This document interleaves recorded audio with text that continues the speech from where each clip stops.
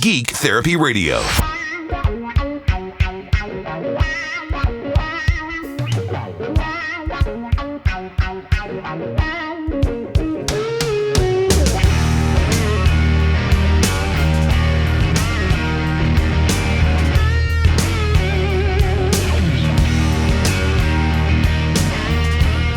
Welcome to the Geek Therapy Radio podcast. You've got your mental curator, Johnny Hamburger, showing you around this museum of the mind. We're all geeks about something, so let's explore those geek things. Also, 3 days in a row, 3 podcasts in a row, 3 days in a row.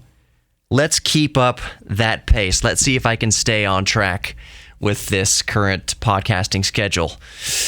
Let's just dive right into it. As a lot of you know, I am a huge, and I mean huge geek about solar energy. I have, I'm not the richest man in the world, so I don't have a huge solar array in my house. My house is not completely converted to solar energy, but I do have a 195 watt panel and a 30 amp charge controller, and a 2,000 watt peak pure sine wave inverter, 1,000 watts continuous. So that's a very basic setup, and I've left off the battery for good reason, because I want to talk about batteries right now. The battery I have hooked up to my setup is just what I have available to me. I think I want to say it's about a 20 amp hour 12-volt lead-acid battery. It might be sealed. It might be AGM. What is it? Acrylic glass mat? Something glass mat. Absorbed glass mat is what I think it stands for. But it's lead-acid, 12 volts. Whatever the rated capacity on the battery is, it might be 34, 35 amp hours, something like that. With lead-acid, deep cycle batteries, whatever the rated capacity of the battery is, let's say it's just a clean 30 amp hour capacity for the 12-volt battery that I have, lead-acid battery that I have. With a deep cycle battery, you can roughly estimate that you're only going to get about 50% of that capacity. 50 to possibly 80% if you really, really deep cycle it. Deep cycle lead-acid batteries don't like to be discharged that much, so you only have 20% of the rated capacity left. A happy medium, they like to sit at about 50% discharge and then charge back up. 50% discharge, then charge back up. Versus car batteries, which are a completely different, it's not a completely different chemistry, it's a completely different architecture inside there with the lead plates and electrolyte and all that good stuff. Car batteries are made to exert a huge amount of current in a very short burst, aka to start your engine, to kick your engine over. Car batteries are not designed for a deep discharge, so they're not designed to run your headlights, for instance, all night long. That is a deep discharge of the car battery, and that kills the car battery. It's not good for the car battery. You don't want to have that happen too many times. Car batteries are designed for that instant smack of high output current to start your batteries. Deep cycle batteries are not designed for that such a high output instantaneous current boost like that. They're designed for a deep, continuous, lower amperage output from the battery over a long period of time. So think of a deep cycle battery like what you would use in a trolling motor on a fishing boat, like you would use to power a conditioner, an air conditioner off-grid, a refrigerator off-grid, anything that's going to draw a reasonable amount of current over a long period of time. You want a deep cycle battery. You do not want a deep cycle battery to start your car engine. That will damage the deep cycle battery, and the cranking amps of a deep cycle battery might not even be enough to turn over a car engine. I believe a deep cycle battery, don't quote me on this, would be sufficient for a motorcycle engine, to crank over a motorcycle engine. And the only reason I say that is lithium iron phosphate batteries, LiFePo4. Yeah, lithium, LiFePo, LiFePo, lithium iron phosphate batteries are deep cycle batteries based on lithium. It's not exactly like lithium ion or lithium polymer, but it's kind of similar. It's based on lithium. You get deep cycle batteries out of it. Lots of stuff runs on lithium batteries nowadays. Your cell phone, your laptops, not on the same exact chemistry, not exactly on lithium iron phosphate, but similar chemistry. I believe I've seen motorcycle batteries now. I know I definitely have seen small ATVs, off-road vehicles, motorcycles, small engine type of batteries, starter batteries, advertised as LiFePo, as lithium iron phosphate batteries, drop-in replacements. And I would only imagine it's because it's not a lot of cranking amps to start a motorcycle versus starting a gigantic V8 engine in your normal day-to-day driver. But all I'm getting at with this, besides that little lesson, that little crash course, very much grossly oversimplified crash course in the difference between lead-acid batteries and lithium iron phosphate batteries, is that lithium iron phosphate batteries for the past few years have been available to replace traditional lead-acid setups, deep cycle setups. So a lot of off-grid enthusiasts, a lot of homeowners and solar and wind and renewable energy power enthusiasts have been switching over from traditional big, huge, bulky, heavy lead-acid battery banks to much lighter, much more duty cycle, much higher output, much longer running time, much higher capacity, much superior and lighter lithium iron phosphate. About the duty cycle. Duty. I'm a child. You can recharge the rough estimate for recharging the duty cycle for a lead acid battery is about between, I would say, 200 and 500 cycles. That means you can charge it up to full capacity, discharge it to 50% capacity, and charge it back up to 100 capacity, down to 50% capacity, between 200 and 500 times, give or take, because you're not always it's not going to be ideal conditions every time you cycle the battery. With lithium iron phosphate batteries, that figure is more on the lines of 2,000, 3,000, possibly 4,000 cycles, and a much deeper rate of discharge. You get much more usable capacity, about 80% capacity of the rated capacity versus lead acid. So if you're using a lithium iron phosphate battery that's rated at 100 amp hours, you can honestly expect to get between 80 to 90 amp hours out of it easily every single cycle and still be able to recharge it 2,000 times. Let's say you're cycling, you're discharging and recharging fully every single day. That's 2,000 guaranteed cycles every single day.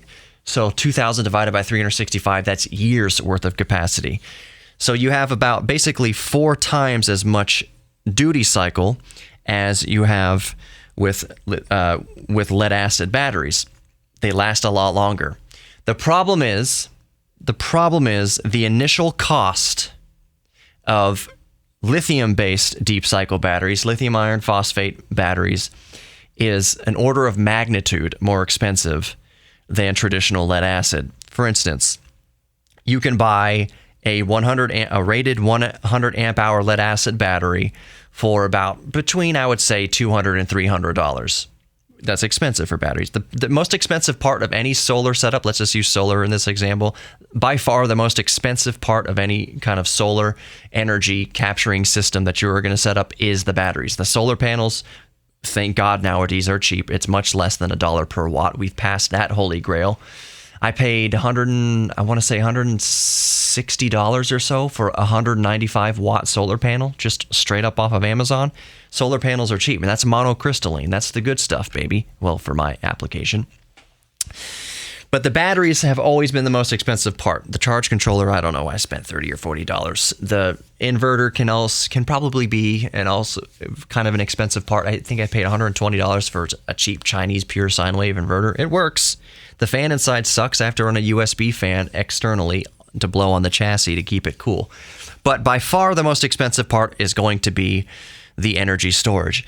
So if you want actual 100 amp hours of usable capacity, that means with a lead acid battery setup, you're going to have to buy 2 100 amp hour batteries. So you have a 200 amp hour rated battery setup running in parallel, 12 volts in parallel. Let's base it on a 12 volt system. I don't mean to get too...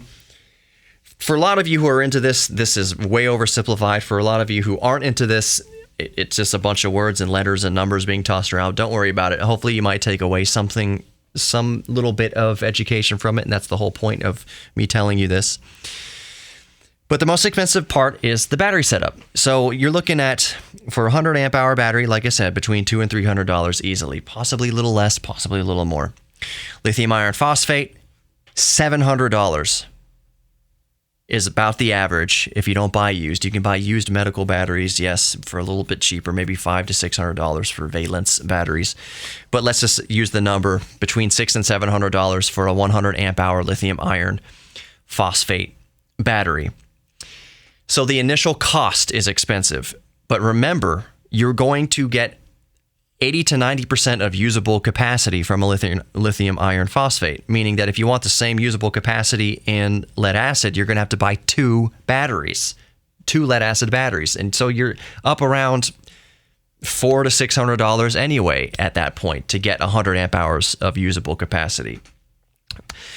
The other thing with the lithium batteries is that they last 4 to 5 times longer than lead acid. So with lead acid batteries, you're going to have to spend, let's just say $300 for 100 amp hours. You're going to have to spend $300 every 2 to 3 years, if you're honest. If you're relying on these batteries for daily usage, if you get 2 to 3 years out of a lead acid battery, you're lucky. So every 2 to 3 years, you're having to replace those lead acid batteries at a cost of $200 to $300 a piece for each 100 amp hour lead acid battery. Versus with a lithium battery, you can get 5 to 10 years easily. You're replacing them a lot less often, which means in the long run, you're spending a lot less money. But I want to focus on that initial upfront cost because that is the biggest deterrent for switching over to lithium deep cycle batteries for a lot of people, not just solar enthusiasts, but outdoorsmen and women, fishermen and women, fisher people. Let's be politically correct here. And campers like to use deep cycle batteries. The biggest hindrance is that initial upfront cost. $700 for 100 amp hours. Why can't I just go buy a 100 amp hour lead acid battery for half that much, for a third of that cost? I have stumbled across something the other night that I want to share with you. I have found that others have found out about this, but I want to tell my listeners about it too, because I'm not sure how long this is going to last, and it sounds like a sales pitch. It's really not a sales pitch. It's just something to help out any deep cycle battery enthusiast geeks out there, if you will. So I have an electric lawnmower. It is a 24 volt Works, I forget the model number, electric lawnmower. And I haven't replaced the battery pack entirely as a whole because they don't sell the battery packs as a whole anymore. They have discontinued that model of lawnmower. They've discontinued selling the battery packs as well. They've stopped manufacturing them. You can find them on Amazon and on eBay, but they've stopped manufacturing them. It doesn't matter. Inside this 24 volt battery pack are just two 12 volt lead acid batteries wired in series. That's all it is, and that's all I suspect it would be. And sure enough, opened it up a few years ago when I needed to replace the batteries in there. Boom, instead of paying $100 for a replacement battery, I paid maybe $25 each for a couple of 10 amp hour lead acid batteries. Wired them right back up in series. I was off to the races. I think I upgraded to 12 amp hour lead acid batteries. Got a little extra capacity. I upgraded those batteries, 4 or 5 years ago, and I've been mowing lawns ever since. They have gotten a good amount of usage out of them. It's time to replace those batteries again, to update that battery pack. And I said, you know what? Now's as good a time as any to make the dive into lithium iron phosphate. Now, initially, I knew that the technology is rather new, all things considered, versus lead acid. Lead acid batteries have been around for well over 100 years. The technology is tried and true. Lithium is the new kid on the block, therefore it's more expensive. So it's cruising around Amazon for 12 volt, 10 amp hour replacement, drop-in replacement lithium batteries to replace the lead acid batteries, and I knew that they would be more expensive. However, I stumbled upon something that is amazing. And this is what I'm sharing with you, anybody else who is interested in deep cycle batteries or thinking about getting a 12-volt deep cycle battery. I found this company. This is not an ad, I swear. I'm just sharing it with you. I found a company on Amazon called Miady, M-I-A-D-Y, that sells all sorts of products, mostly storage products. So, power banks to recharge your phone on the go, little tiny solar power bank rechargers, solar phone rechargers, things like that. I think it's definitely based out of China. But I found some drop-in replacements to replace my 12 amp hour lead acid batteries that were in my lawnmower. I found a replacement that is exactly the same dimensions, but it's 16 amp hour lithium iron phosphate. And the kicker here is not only that I'm going to get the extra capacity, all the way up into including that I can discharge the battery way further down than lead acid, so I can mow my front and backyard probably twice over if I need to. As it stands right now, I can mow my front yard and then the backyard, about 3/4 of the backyard, and I couldn't get it all done in one charge. Upgrading to these lithium iron phosphate batteries with extra capacity and extra deep cycle capacity, no doubt in my mind I'll be able to mow front and backyard, probably front yard, backyard, and then do the front yard again. I'm going to have extra capacity. And it's going to be lighter, much lighter. The battery pack's going to be much lighter. So these two Miady 12-volt, 16 amp hour lithium iron phosphate batteries are $45 a piece. I'm going to let that sit for a second to let those of you interested do some math and numbers in your head. Let's go back to what I said about lithium iron phosphate batteries, deep cycle batteries, 12-volt deep cycle batteries costing about $700 industry average right now. So if I got these 12-volt, 16 amp hour batteries for $45 a piece, doing the math, 100 amp hours at that price is $281.25. But we're going to round up here because you can't buy 6.25 batteries to get that 100 amp hours if you add up the 16 amp hour batteries. You're going to need seven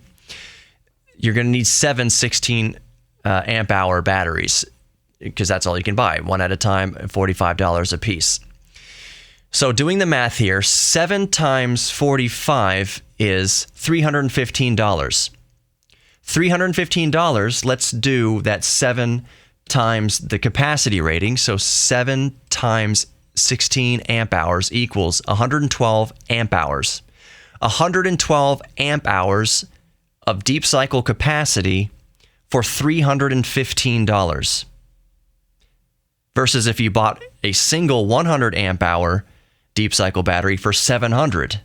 You can buy 7 16 amp hour deep cycle batteries, just wire them up in parallel. It's really easy to do. And you'll have 112 amp hours for less than half the cost, $315. That is an absolute godsend miracle to the deep cycle community right now. If you're halfway interested in replacing any lead acid deep cycle system you might be running right now, and you've been questioning jumping over to lithium iron phosphate because it's way more expensive, I have just found a route for you, depending on how you pronounce it, that costs less than half as much for the same capacity, for a little bit more capacity, 112 amp hours, $315, versus 100 amp hours for $700. That means if you budget $700, you can get 224 something amp hours for the same price as one 100 amp hour deep cycle lithium iron phosphate battery. I thought that was really, really cool. I am halfway tempted to spend the $315 to get 7 of these 16 amp hour batteries and wire them up in parallel. I've got a baby on the way, trying to nip spending a bit in the bud before the baby comes, because Lord knows we're going to need money. But I'm tempted. I'm tempted to pull the trigger as soon as possible. That's one of the last links in my solar off the grid chain. I just want this as a backup, just as a backup. Of course, I'll have a gas generator, but I just want it as a backup. I will use the setup every day. I already use the setup every day. Right now, I use my solar setup to keep that lawnmower battery charged, to keep all my power tools battery charged. I use it to keep my cell phone charged. I use it to keep my drone charged. Basically, any small electronics I use to keep charge. I also use it to power all of my outdoor entertainment. So if I'm running speakers in the backyard while I'm doing, or just relaxing on the back patio or cooking or whatever I like to do out there, I'm running my two M-Audio AV40s out there in the back patio. Yes, those are technically studio monitors. They sound great, but they're pretty cheap, $100, and I keep them outside because I want good audio outside, and you have to get good audio out of studio monitors. That's just my personal setup. Keep my iPad charged up on it. Some of my wife's stuff keep charged up on it. I use it every day already. But what I can't do, because I'm only using a 30 amp hour, 20 amp hour, whatever lead acid battery right now, I cannot keep a small air conditioning unit running. So let's say or my refrigerator, you need more capacity for that. I have the 1,000 watt or 2,000 watt peak pure sine wave inverter ready to go, but I can't run a refrigerator very long with 10 amp hours of usable capacity. It's just not happening. And I can't run a 500 to 600 watt window air conditioning unit off of that 10 amp hour battery for very long. For one thing, that battery's kind of weak. When you put that kind of a draw on it, especially kicking on that electric motor in the compressor for the window unit, it trips the inverter. The inverter can't pull enough amps from that little battery. So let's say a hurricane rolls through or there's a power outage. I would like my solar setup to be able to run and have the capacity to keep the refrigerator going, keep a couple lights going, and turn on the small window AC unit overnight, basically. It'll run during the day, add another panel to it, but I basically want to keep a small room cool. So we could sleep in that room when we have no power and we have the refrigerator going. And if the internet hasn't gone down, we can keep the router going, stay connected if the power goes out. And I know a lot of you are thinking, gas generator, use a propane generator, install a natural gas generator. I got that. I totally 100% understand that. I would like not to rely on gas. And this is not any sort of prepper stuff. I appreciate preppers, though, and you can't get into researching solar energy and off-grid energy solutions without YouTube throwing you a whole lot of prepper channels. It's kind of cool, but I appreciate preppers' ingenuity. So let's say hurricane goes through, something happens, everything hits the fan, and gasoline is hard to get.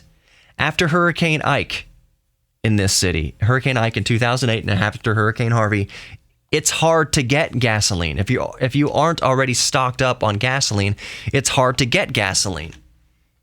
So I'm sorry, I'm across the room here. I want to remove that from the equation if possible. Hunting for fuel for that gas generator. And I know you're thinking natural gas. Well, if you're just plugged right into the natural gas pipeline, you won't ever run out of fuel. What if the natural gas pipeline gets severed? What if I don't have it? I don't want to rely on fuel from anybody else is all I'm getting at. I don't want to rely on a utility company for natural gas. I don't want to rely on a gas station for gasoline to keep a generator going. I want to pull what I need out of the sky, out of the atmosphere for my needs. That's my goal in a doomsday situation where I can't get gasoline. I want to know that I have electricity infinitely. So that's why I'm trying to up the capacity of my solar power storage so that I have that ability to take care of myself and my family when resources are in short supply. The sun isn't going to go out unless the caldera at Yellowstone explodes. Unless there's a huge meteor catastrophe and the sky goes dark and I can't charge to full capacity with my solar panels, I'll cross that bridge when we come to it. I'll have a wind turbine. It'll probably be pretty windy in that kind of scenario, so I'll have my wind turbine set up, a couple 400 watt wind turbines pumping energy into my lithium iron phosphate batteries. I just want these contingencies in place because I don't want to be somebody scrambling I don't want to be in need. I don't want to ever be in that position where I need to depend on anybody else for my safety, in my child's safety, in my wife's safety. It's easy for us to think right now that, and again, I'm not trying to sound doomsday. It's better to have it and not need it than need it and not have it. That's all it boils down to. I do not have an apocalyptic outlook on the future. If you listen to my show long enough, I have a more Star Trek view of our future. I do think that human beings will figure it out. I have not lost faith in humanity. Humanity goes through growing pains, and we are going through growing pains right now that makes it hard for a lot of us to see past our hands in front of us. It's like a dense fog. We're in a fog right now. We see the road going into the fog, but a lot of us don't believe that there's road 10 feet past that fog because it's hard to see. It's difficult. But I trust that there is more path. There is more road beyond that fog. I trust that it's there. I trust that humanity is going to get through these challenging times. That said, those growing pains, I want to be prepared in those growing pains. However harsh those growing pains are. Meteor hitting the Earth, caldera at Yellowstone going up. There would be a whole lot of stuff to think about. Gas shortages, the natural gas pipeline being cut off to the generator to my house. I don't want to rely on anything outside. I don't want to rely on anything that requires bartering for either. Let's say, this is all going to sound prepper. What if the whole system goes down and you can't use your credit or debit cards? When's the last time you used cash? How much cash do you have on you right now? Let's say your debit cards don't work and you need to go to the gas station with a $20 bill to buy some gasoline for your gasoline generator. You and 100,000 other people try in this same boat. I don't want to be in that boat. I want to have my electricity generated locally by me. I provide all of it. I've planned beforehand. I would rather be blamed. I would rather people accuse me of being too pessimistic, I guess, too overly prepared. Oh, Hamburger, he's got those solar panels on his house and the wind turbine and all his batteries as if doomsday is tomorrow, whatever. No, I don't think that. I would just rather have it. And you know what it all boils down to, really, at the end of the day, why this all matters, and the only reason why this all matters, even beyond taking care of my family, taking care of my child to be, taking care of my wife, taking care of the cats. Hopefully we never get to that scenario where I need to take care of them in that capacity, to where there is no more gasoline and our credit cards don't work and there is no more natural gas. I hope it never comes to that. So at the end of the day, it's all about me just being a geek about it. Like so much else in our life. It's just, I think this stuff is really cool. And if I can keep my lawn, if I can keep all my yard looking good, my land and my yard looking good. I don't have a lot of land. By land, I mean my little quarter acre that I've got. Normal American front and backyard. If I can keep my house landscaping looking good and completely powered from the sun, mow the lawn every day knowing that it's the sun that's cutting the lawn, the energy from the sun. It's just cool geekiness to think about. Hey, photons exited the sun. It took 100,000 years for the photon to exit the sun's shell, travel 8 minutes through the galaxy to hit the Earth's atmosphere and then hit my solar panel, and I saved that electrical charge into this battery, and now I'm using these little electrical charges that I've captured from the sun to cut the blades of grass that the sun has grown through photosynthesis. It's just very cool and geeky to think about, and I'm very passionate and geeky about this area of geekdom, of electronics, of energy. I am huge into energy storage and energy density technology. Absolutely huge into it. A few years ago, sometimes on the show I talk about smartwatches. Smartwatches is kind of a plateaued market. It's kind of a plateaued ecosystem. Smartwatches is pretty much, you got the Apple Watch and your Samsung Gear, and everything else is pretty much no one cares. Pebble went out of business. Pebble was the best smartwatch company in the entire planet. I still have a couple of Pebble smartwatches. I was legitimately heartbroken when Pebble went under. But anyways, talking about smartwatches, but specifically the tiny batteries, complaining that at least the first generation Apple Watch only lasted something like between 12 and 18 hours. And I was like, that's stupid. Recharging a watch every single day is dumb. We're so used to our Casio watches, our calculator watches, that you put a battery in and it would last for like 5 years, just a little button cell battery. The idea of recharging a watch every single day was dumb. That's why I liked Pebble, because Pebble would last for a week between charges. But the fact remains, energy density in the lithium ion or lithium polymer batteries, whatever different models of watches are using, let's say there's a, 100 amp hour, 100 amp hour, 100 milliamp hour battery inside of an Apple Watch. I don't know what the actual capacity is. 120 milliamp hours? Is it less than 100 milliamp hours? It has to be more than that. Maybe 200, 300 milliamp hour battery in there. There's only so much energy density you can have within that volume of space for that battery. That's one of the reasons why internal combustion engines, I'm sorry, I call it greenie weenie. Live in the real world here.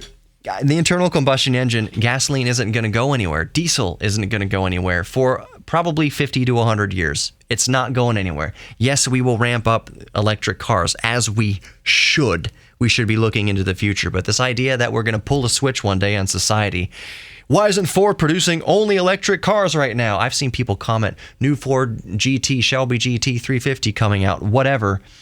It's an abomination that Ford is still producing ICE vehicles. Get with it. Get in reality. Let's live in the real world here. The energy density in gasoline far outweighs the energy density in the same volume of a lithium-based battery. That's the holy grail we need to get to, is if we can somehow even approach the energy density, let's say an ounce of gasoline versus an ounce of battery. If we can get anywhere close to the energy density in that ounce of petroleum-based fuel in a battery, we'll have done it. That's the day that internal combustion goes away 100%, is when we reach the energy density of even approaching a pimple on the butt of the energy density of gasoline, the same volume of density, same volume of capacity, basically. Sorry, I'm getting all fired up about this, but I constantly follow innovations in breakthroughs in energy storage, in not just chemistry, not just the chemistry of lithium iron phosphate, lithium polymer, lithium ion, not just that. There's advancements in carbon-based batteries. There's advancements in, I want to say, seawater-based batteries, but that's all just chemistry. There's also different theories of energy storage. There's a gravitational storage, where basically you use the energy from the sun or from geothermal or from a water wheel throughout the day to wind a rope up that has a very heavy concrete weight, that throughout the day, as the river flows and it turns the wheel, it pulls that weight up into the sky a couple hundred feet. And then you can release it, do a release, so it pulls, that weight goes back down to earth, but now it's hooked up to a generator and it's conducting electricity with a generator. That's just one possibility. Now, when you think about that, not to get too derailed here, but you would think, why don't you just use the water wheel to turn the generator in the first place? Yes, I get it. Maybe that was a bad example. But using other forms of kinetic energy and stored energy to lift the weight up into the air so that when you need it, you can use gravity to pull on a generator. It's an established technology. They're dabbling with it. Storing up the heat of the day, storing up heat into water. Some solar generators work on this principle. They use all the mirrors out in the desert focused on this tower out in the desert, like a magnifying glass, like thousands of magnifying glass focuses on one spot to turn water into steam to run steam turbines and generate electricity like that. There's all sorts of ways to generate electricity, and there's all sorts of ways to store that electricity. We're making advancements every single day on the chemistry and actual mechanical function of storing energy, transferring states, transferring heat from one area to another to use what is the oh gosh, thermoelectric. What are those pads? You apply voltage to it, and one side of the pad gets cold, and the other side it gets hot. It's somewhat thermoelectric principle. They're working on solar panels, for lack of a better word, that work at night, that not only collect the light from the day, but then at night when the panels cool down, it uses that transfer of energy as the panels cool down into usable electricity. There's so much going on in the realm of energy storage and energy generation, and I just find it all fascinating. Bringing it all back down into focus. Right now, the new kid on the block, the technology that solar energy enthusiasts want to get on board with right now at a premium is lithium iron phosphate deep cycle batteries. And I've discovered a way to cut the cost in half, at least for now, to get 112 amp hours of deep cycle 12 volt batteries of storage for $315. That flies in the face of the industry average of $700 for a 100 amp hour battery. That's what sparked all of this. And since we're all geeks about something, and geek about energy storage and energy density and energy and capacity and volume and all that good stuff, I thought it'd be fun to share with you. I had so many other tabs here open. I want to, briefly on the way out, just briefly on the way out, because I don't think there's much to talk about here. AMD Ryzen 3000 XT series GPUs are here, and it's not worth buying. If you don't have one yet, if you haven't jumped on the AMD bandwagon, absolutely get 3000 series XT chips. Absolutely do that. But if you're like me, in my use case scenario, I just bought a 3900X. Now that the 3900 XT has come out for the exact same price, I am not I'm not selling my 3900X to get a 3900 XT. There isn't enough of a performance improvement for me to go through all that rigmarole to upgrade from a 3900X to a 3900 XT. The XT variants have better single core performance, single threaded gains, I should say, but that's pretty much about it. It's marginal improvement. It's not worth it. You'll get a few more frames per second in some games. Some games don't care. Gaming is largely single-threaded workloads. You don't need 16 cores. I have a 12-core processor. I don't need 12 cores to play Rocket League. I just don't. You don't need 12 cores to play CSGO, whatever. A lot of games are rely on that single-threaded performance. So XT series of Ryzen 3000 processors give you a little bit better single-threaded performance. But if you already have a 3000X chip, so with 3600X, 3800X, 3900X, you don't need to go out there and buy a 3800 XT or a 3900 XT. You don't. If you already have it, you don't. If you already have it 3900X, you don't need to buy a 3900 XT.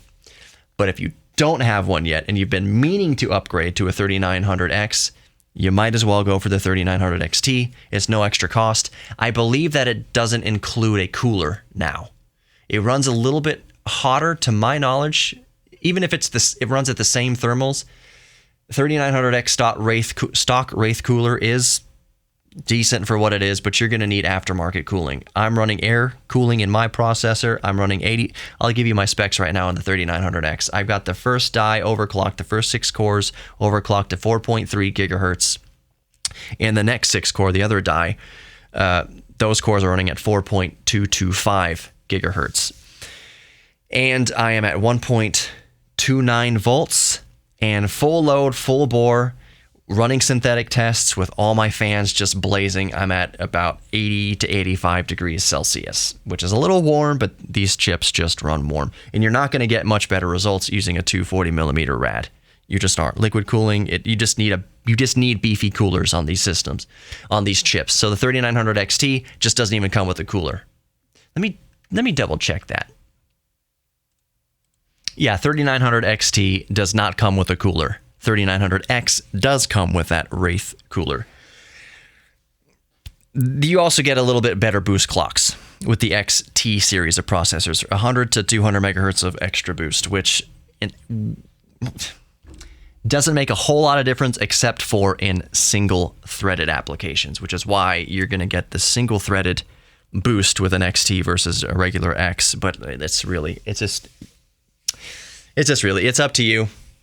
I'll just leave it with, if you already have a 3900X, for instance, you don't need a 3900 XT. But if you don't have a 3900X and you wanted a 3900X, then by all means, go ahead and get a 3900 XT. But just remember that if you go with the XT, you're going to need an aftermarket cooler because it doesn't even come in the box with a cooler.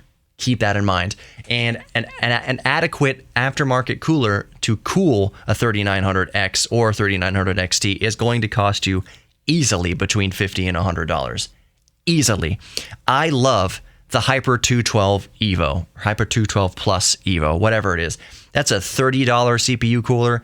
I have had 2 or 3 of them over the past to power my i7 and i5 and whatever, and it's a great cooler. Absolutely one of the best bang for the buck, venerable legend air coolers of all time. A 212 Evo is not going to be enough on a 3900X or a 3900 XT. It's just not. It's not going to be enough on a 10900K. What is Intel doing right now? Chips are hot now. I mean, they're physically hot. And the 212 Evo on high-end flagship processors ain't going to cut it. 3600, AMD Ryzen 3600, absolutely. Evo 212 all day. It would be great. I didn't know I was going to spend so much time talking about the 3900X. Other things I'm geeking out about today before we wrap up is I just installed Ubuntu with the GNOME desktop, or GNOME or GNOME. That's the thing about Linux distros. I called it Ubuntu Mate forever. That's wrong. It's Ubuntu Mate or whatever. It's a South American word. Maybe Anderson can clarify what it means. But that's one of the things about getting into Linux and getting into Ubuntu and all the different flavors. There's so much, and it's very evident who the noobs are, because you're going to be like me and call it Ubuntu Mate. And actually, it's Mate. There's so much actually in the Linux community, so much of it. And I don't mean that in a bad way, but there's just so much. I feel like a hacker when I'm using Linux. I've installed Ubuntu on 20.04 LTS long-term support onto my old Asus EPC 1215N with built-in NVIDIA Ion graphics. I've done a whole video on that on the Geek Therapy Radio YouTube channel. It runs better than Windows 10, that's for darn sure. But this laptop is a dual-core Atom from 2010, hyper-threaded. It ain't very good. It ain't very good in the year 2020. But I've installed Ubuntu on it permanently. This is kind of my tinker laptop. You can hear it over here by the microphone. And I've got, in other news, I've got RetroArch running over here. I'm getting all my cores and all my content over here for RetroArch, running on my daily driver MSI GS43 VR with GTX 1060 graphics card and Intel Core i7 6700 HQ. All these numbers. So I've been geeking out about. It makes sense because I've been doing the Raspberry Pi stuff over the past week or so. You can't get into Raspberry Pi without starting to dabble in Linux, because Raspberry Pi OS is based on Linux. Debian, I think, specifically the flavor. Don't quote me directly on that. I hesitate to say much about Linux because the corrections that will come my way, it doesn't matter how much Linux you know, you're going to get corrected. If you ever bring up anything having to do with Linux, you're going to be corrected. There's always somebody who knows more than you about Linux, and that's the beauty of Linux. The community is vast, and there's so much help you can get with it. I just like Linux as an operating system that you tinker with, and I've established that that's all it's ever going to be for me. And it really boils down to applications that I use on a day-to-day basis. I use Sony Vegas for video editing. You can't get Sony Vegas on Linux. I'll put a star next to that. And I use Cakewalk Sonar and Pro Tools for audio editing. You can't use Cakewalk Sonar or Pro Tools on Linux. Reaper's really good on Linux. Reaper is really, really good on Linux. Now, I know what some of you are thinking. More into Linux, you can run software x86 or exe executables in Wine. You can emulate basically Windows software in Linux using an application called Wine that basically converts it into something Linux can use. That's fine for something like, I don't know, a spreadsheet software. Something basic. It's for running Doom, or I have no idea if you want to run the executable of Doom. But for running things like content creation that rely on a whole bunch of plugins and DLLs and all sorts of different drivers, it's not good. Running Cakewalk, Sonar, and Wine it's going to give you just so many problems. It's not great.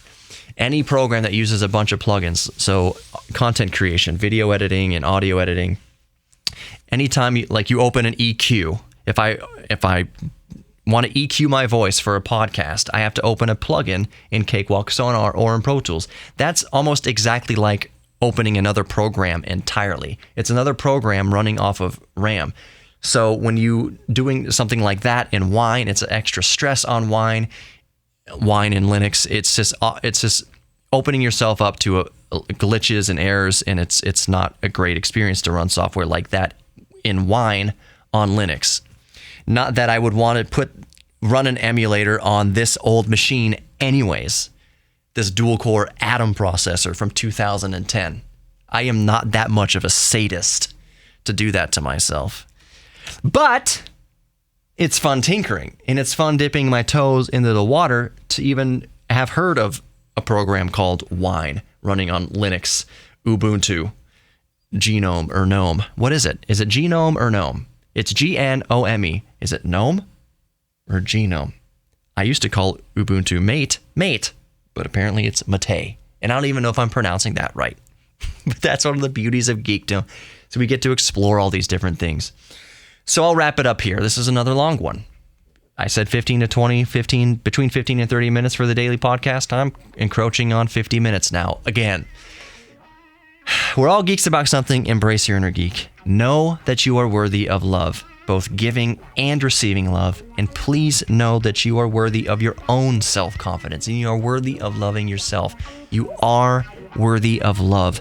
You're worthy of all the love. Please, please remember that. If anything else in this podcast you didn't care about, or went over your head, or you just got bored with, just remember that you're worthy of love and embrace your geek thing. That will help you understand that you are worthy of that love and self-confidence. GeekTherapyRadio.com to talk to me. Geek Therapy Radio on Twitter, Geek Therapy Radio on Instagram and YouTube and Facebook and all that good stuff.